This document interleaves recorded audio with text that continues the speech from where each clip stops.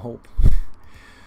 So the second part, so now from my battery pack, I'm carrying all my radio. So the reason that I separated like all the connection for my radios is that I'm using this model. Like right now, it's literally what I'm touching right here is the corner. It's this thing. It's right on the corner of my desk, and so that way I can use it when I'm home, and so it becomes my home station.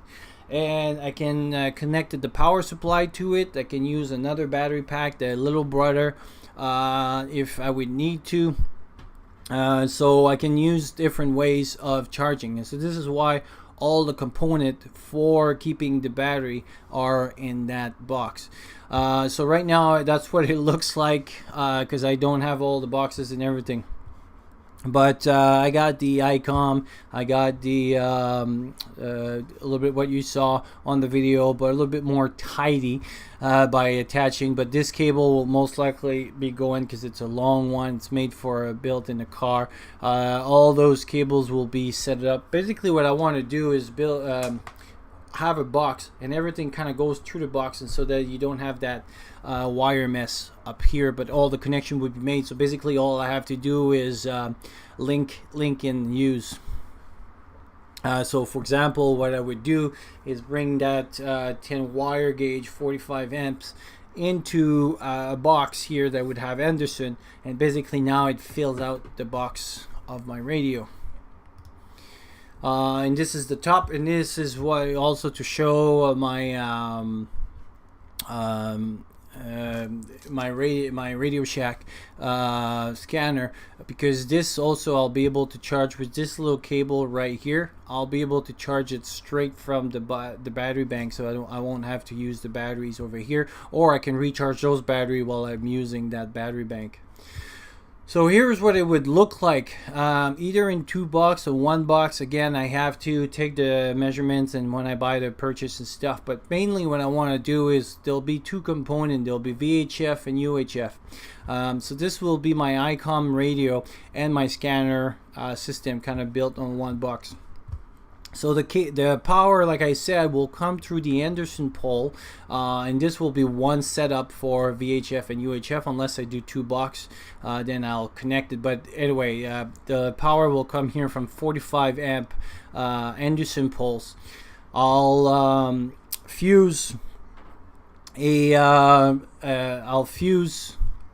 the red wire going through my fuse box, and probably like a 50 amp or 45 amp, because those will be at 45 amp anyway, and bring the power to this fuse box. Out of the fuse box, I would use the 12 volts button, because I don't want to have everything flashing up and draining my battery depending on what I will need. So everything will be fused according to their amps use. And so the radio will have his own button.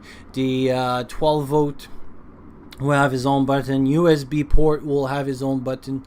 So that way I'll be able to recharge some batteries. There's in my repair kit now, there's also a soldering coming that will be USB, please. So that means I could do some repair by using the USB power, and again, so the wiring would be red to this, red to the radio, and then black retaining somewhere over here, and same thing for all of them. And so basically the circuit will be closed and stuff. And then in my antenna inside the box, like I was saying, instead of having all those fuel, I will have a connection, probably a solder kind of T, that will I'll be able to roll this connection, this T connection, and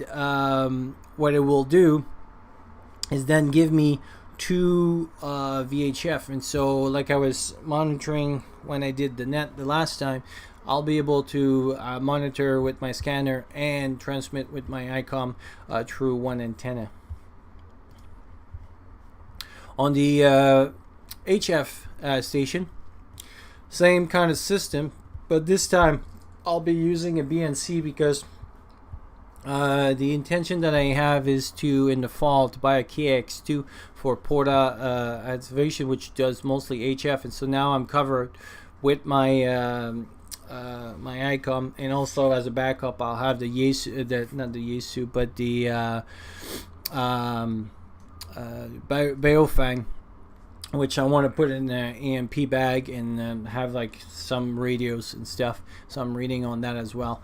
And again, all the proper amperage that the radios will be repaired through the fuse box and through the button. And then I have the Z100 antenna tuner that will be connected to this antenna. And so for this, I'll use the antenna that I bought for the antenna cable that I purchased from Chameleon Antenna, and it has all RF chokes on it and stuff. And so basically all that setup will be connected. And I'm looking at buying cable so that I can also connect, because the ICOM can use the signal link, I believe, to do like higher speed data transfer. Sorry. And so I'm looking at doing that. And I think I bought the SL1. It's been a long time I bought it, and it's on its way. So when it gets here, I'll be able to be more. But yeah, the power will be set up through this setup, because I don't think I bought the USB one, I bought the SL. And also from the 12 port that you saw before, that's where I'll be using my computer straight from that battery.